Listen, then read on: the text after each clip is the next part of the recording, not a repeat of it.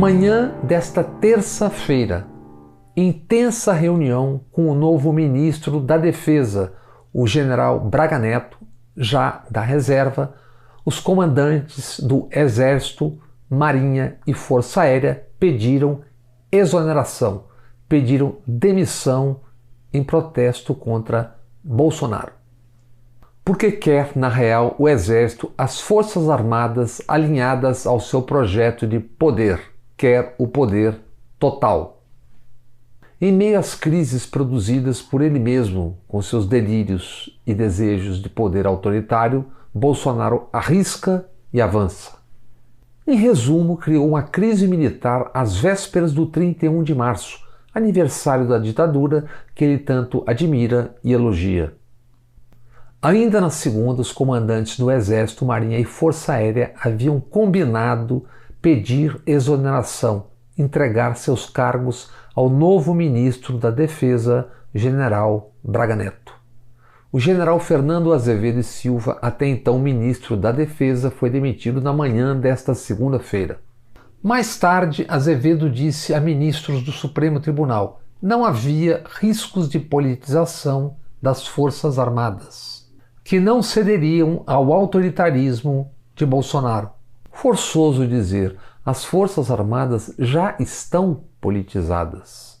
E, até esta terça-feira, cedendo ou se omitindo diante de delírios autoritários há tempos. Lembremos, há 34 anos o então tenente Bolsonaro ameaçou explodir bombas no Rio de Janeiro numa campanha salarial de militares e foi apenas reformado, aposentado. No governo Bolsonaro, até aqui, os militares são também o poder. Tomaram e disputam o poder dentro do palácio. No modo século XXI, voltaram a tutelar o país mais ostensivamente desde o impeachment. À noite, o general e também ex-ministro de Bolsonaro, Santos Cruz, disse a Consuelo Diegues na revista Piauí: não há clima para um golpe de Estado. As Forças Armadas têm uma postura institucional muito forte, não embarcam nessa onda. Sim, não há clima hoje, dia 30 de março de 2021.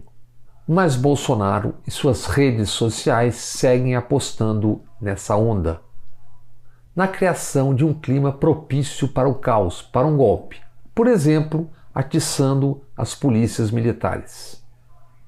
Elementar, se não existisse a busca para o clima e para as ondas, não seria necessário o fraseado dos generais Azevedo e Santos Cruz.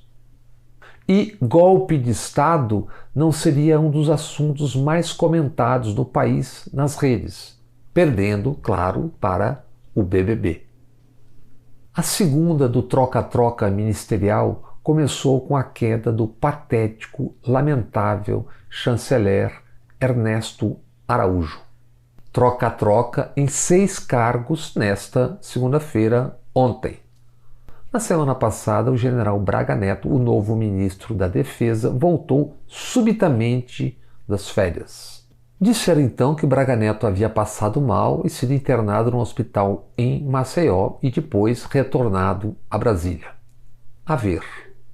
Sobre Braga Neto, relatamos aqui neste canal na última quinta-feira. Desde 12 de março último, voltou a circular aos milhões nas redes um áudio-vídeo atribuído a Braga Neto, então chefe da Casa Civil de Bolsonaro. Áudio-vídeo falso, uma montagem, atestou para este canal a assessoria do general Braga Neto. Exibimos aqui o áudio-vídeo, com o suposto Braga Neto na montagem pregando golpe militar e citando inclusive o vice-presidente general Mourão. Ouçamos. As Forças Armadas jamais irão agir sem a ajuda do povo, jamais. Não vão agir sem apoio do povo e não vão agir sem que o povo peça. No Egito, aquela manifestação de 1,5 milhão, imagina você, só 1,5 milhão de egípcios na Praça Tahrir, no Cairo, eles ficaram ali dias e dias até que o exército entrou e destituiu o presidente. Vocês não têm ideia do que é o general Mourão. Vocês não têm ideia do general Mourão comandando um exército ou comandando um país inteiro como o nosso. Se Mourão chegar à presidência por qualquer motivo, Deus permita que ele seja cristão a ponto de não matar os inimigos. Porque eu confio que o Mourão, realmente, se ele entrar, ele vai ser um exterminador de comunistas. Há 6 dias dizíamos e perguntávamos aqui. O que espanta é esse discurso passear pelas redes sociais, pelo menos desde 2 de maio de 2020, há quase um ano. Desde então esteve e está no Facebook, YouTube, WhatsApp, Telegram. É de se perguntar aos órgãos de inteligência do governo, ao general Heleno do GSI, por exemplo, e demais, como e por que permitem isso com a gravidade e a extensão que a seguir veremos. Que vimos e ouvimos e segue sem resposta esse criminoso áudio-vídeo espalhado nas redes para milhões. Redes sociais, em especial as do bolsonarismo, ainda mais atiçadas desde a indicação de Braga Neto como novo ministro da Defesa. Ex-ministro secretário de governo, o general Luiz Eduardo Ramos, assume a Casa Civil onde estava Braga Neto. Para o lugar do general Ramos, a deputada Flávia Arruda, do PL do Distrito Federal. Flávia, casada com o ex-senador e ex-governador José Roberto Arruda, aquele que foi preso, acusado no esquema de propina de 900 milhões de reais na construção do estádio Mané Garrincha. Arruda que antes, em 2001, havia renunciado ao Senado, depois daquele escândalo de adulteração do painel do Senado em dobradinha com ACM. Arruda, a Flávia, agora ministra secretária do governo de Bolsonaro. Exonerado o advogado-geral da União, José Levi, por não querer assinar uma ação direta de inconstitucionalidade ADIM de Bolsonaro enviada ao Supremo Tribunal. ADIM contra governadores que adotaram medidas restritivas para impedir o avanço da Covid. Como só Bolsonaro e não também o advogado-geral da União, José Levi, assinou a ADIM, o ministro Marco Aurélio rejeitou a ação.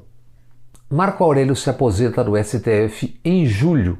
Um dos candidatos à sua vaga é André Mendonça, que é evangélico, e isso hoje é um critério importante, já avisou Bolsonaro. Mendonça, que nesta segunda-feira deixou o Ministério da Justiça para retornar à AGU, no lugar do exonerado José Levi. O novo ministro da Justiça, um delegado da Polícia Federal, Anderson Torres. Anderson Torres, amigo do senador Flávio Bolsonaro, o 01, investigado por peculato e outros 3 crimes a partir do escândalo conhecido como rachadinhas. Um delegado da Polícia Federal comandando o Ministério da Justiça. Adversários de Bolsonaro que se preparem. Favor anotar.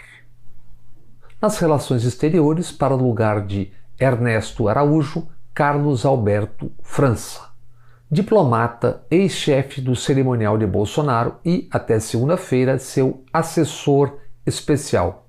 Entre os motivos para a queda do general Azevedo na defesa, uma entrevista de outro general, Paulo Sérgio, comandante do Departamento Geral Pessoal do Exército, que, em resumo, contou em detalhes ao jornal Correio Brasiliense como o Exército cuidou muito bem do que ele chama de família militar durante a pandemia.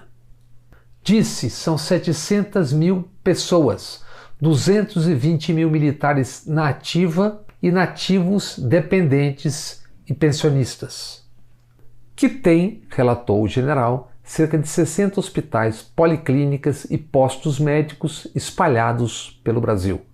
Índice de mortalidade entre os do Exército durante a pandemia, ínfimo 0,13%, enquanto no país é de 2,5%. pessoas morrendo sufocadas no Brasil pela falta de oxigênio, em especial no Amazonas? Não faltou oxigênio para as organizações militares do Exército, informa o general Paulo Sérgio, que acrescenta: com antecedência compramos usina de oxigênio, cilindros e por meio da Força Aérea suprimos São Gabriel, Tabatinga, Porto Velho e Manaus. Apenas imaginem alguém chamado de genocida Brasil e mundo afora. Alguém que fez aposta política na morte e no caos para contrapor-se politicamente a governadores e prefeitos. Imaginem Bolsonaro bermuda, sandália, no último domingão lendo esta manchete: General Paulo Sérgio diz que Exército já se prepara para a terceira onda da Covid. Mas vamos ao interminável elenco de figuras trágicas e grotescas do governo Bolsonaro. Ernesto Araújo, o Arnesto ou o Ernécio, como bem define o jornalista Sérgio Augusto. Diplomata medíocre, em nome de Bolsonaro, isolou o país, tornou o Brasil pária no mundo e se despediu com a carta à sua altura, dizendo-se derrubado por interesses escusos nacionais e estrangeiros. As amigas e os amigos se cansaram de ver o Ernesto aqui nas nossas crônicas semanais, ainda antes dos ataques à China e aos chineses, desde aquela presepada logo no início na fronteira entre Brasil e Venezuela. Cenas de Monty Python, o roliço Ernesto e Dudu 03 declarando guerra à Venezuela. Por quê? E o Brasil entrou nessa como coadjuvante. Tinha patéticas 2 caminhonetes de ajuda humanitária para entregar. A ajuda humanitária comandada pelos Estados Unidos tem um objetivo central, o de sempre: assegurar controle sobre o petróleo. No caso, 300 bilhões de barris das reservas venezuelanas, a maior reserva do mundo. Petróleo move golpes, guerras, seja onde for. Nesse circo midiático nas fronteiras, o chanceler do Brasil, Ernesto Araújo, fez uma ponta, como coadjuvante, metendo o Brasil na encrenca na posição de capacho de interesses norte-americanos. O chanceler brincou de guerra na fronteira. Um documento dos norte-americanos informa quem são os seus aliados e escala quem são os inimigos e as ameaças. Escala os seus e os do Brasil. Amigos seriam Brasil, Colômbia e Chile. Inimigos do Brasil, escalados pelos Estados Unidos, seriam Rússia, China, Irã, Cuba, Nicarágua e Venezuela. E o Brasil aceitou ser sub no Comando Sul, indicado o general de brigada Alcides Valeriano de Faria Júnior. Resultados: ali, na largada, o Brasil abria mão de sua liderança natural e do seu papel de mediador na América do Sul, com uma rendição absoluta e abjeta aos Estados Unidos. O chefão Messias Bolsonaro batendo continência para a bandeira e hino dos Estados Unidos. Minha continência, a bandeira americana. Declarando-se I love you para Donald Trump e entregando o Brasil numa bandeja em troca de nada. Ernesto, o chanceler, citando o lema dos integralistas fascistas do século passado, Adauê, ao final do seu discurso de posse. Anuê Jaci, Anuê Jaci, Anuê Jaci. Muito obrigado. O que poderia sair desse elenco senão a tragédia que vivemos e morremos? A caminho de 315 mil mortos nas próximas horas e brutal crise sanitária socioeconômica. O Brasil vivendo a grande fome nas ruas sem que coberturas e palácios percebam a dimensão e consequências disso. O Brasil não tem vacinas em quantidade suficiente, não tem equipamentos para enfrentar à altura a pandemia neste momento.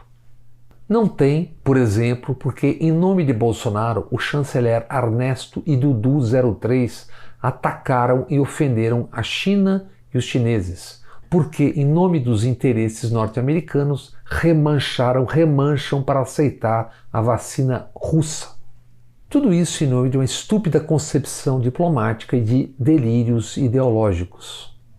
As amigas e os amigos cansaram de ouvir aqui que pagaríamos caro pelas imbecis agressões à China. Mas anotem, Arnécio será premiado, assim como foi o asqueroso Weintraub, com uma bocona. Desde o início temíamos pelo até onde o chanceler nos arrastaria. Não é preciso ser psicanalista ou psicólogo para entender que mães e pais podem ser decisivos definidores nas vidas dos filhos, ressaltando-se que isso não é uma determinação implacável e inescapável. No final, é a trajetória dos filhos que diz se ganharam o voo próprio ou se ficaram prisioneiros da história herdada. Ernesto Araújo é filho de Henrique Fonseca de Araújo, que foi procurador-geral da República nomeado pelo ditador Ernesto Geisel. Em 1978, o pai de Ernesto negou o pedido de 3 países que queriam a extradição de Gustav Franz Wagner. Wagner, assassino nazista conhecido como a Besta de Sobibor, responsável pela morte de 250 mil prisioneiros num campo de concentração na Polônia, em sua maioria judeus. A Besta de Sobibor não foi extraditada e morreu no interior de São Paulo. Ernesto, o chanceler, estudou em Brasília, na UNB e no Instituto para Diplomatas, o Rio Branco. Inescapável em qualquer escola, colegas saberem e comentarem a vida familiar de todos eles. Ainda mais quando há um aspecto interessante, digamos assim. Mais ainda num recente pós-ditadura e na UNB em Brasília. Como a pessoa Ernesto reagiu a isso, só os muito próximos sabem. Já como reagiu a persona pública Ernesto Araújo, o Brasil já sabe, porque recebeu e está pagando a conta. Outras 2 figuras trágicas e grotescas do governo Bolsonaro ou do bolsonarismo. As deputadas Bia Kicis e Carla Zambelli, ambas do PSL. Kicis atacava e é investigada pelo Supremo Tribunal e, incrivelmente, preside a Comissão de Constituição e Justiça da Câmara dos Deputados, que em 5 sessões nada votou porque Bia Kicis desmoraliza essa comissão, a CCJ, tentando, por exemplo, proibir deputados e deputadas de chamarem Bolsonaro de genocida, em vão, e com isso é desmoralizada. Esse presidente da República é um assassino, é um genocida. Domingo à noite, no Farol da Barra, em Salvador, um soldado em surto psicótico, depois de horas de negociação, atirou contra PMs, que revidaram e o mataram. A deputada Kicis, presidente da CCJ, disse do nada, ou sacando de si mesma, que os soldados recusou a prender trabalhadores, a obedecer ordens ilegais do governador Rui Costa. Isso no Twitter. Feito o estrago, tudo espalhado via Twitter nas redes, protestos pela morte do soldado, Bia Kicis apagou o tweet. Carla Zambelli foi pelo mesmo caminho, mas manteve o seu tweet. Em atos pró-impeachment de Dilma, Zambelli cuidava dos banheiros. Agora, na Câmara, preside a Comissão de Meio Ambiente, fazendo e cuidando da mesma coisa. A deputada casou-se com o coronel Antônio Aginaldo de Oliveira, tornado diretor da Força Nacional por Bolsonaro. Naquele motim da Polícia Militar no Ceará, Aginaldo, como diretor da Força Nacional, lá foi e elogiou os amotinados, dizendo: "Vocês são gigantes, vocês são monstros, vocês são corajosos e demonstraram isso." A cada crise, como demonstramos aqui na quinta-feira passada, aliado às suas redes sociais, Bolsonaro saca a ameaça de golpe.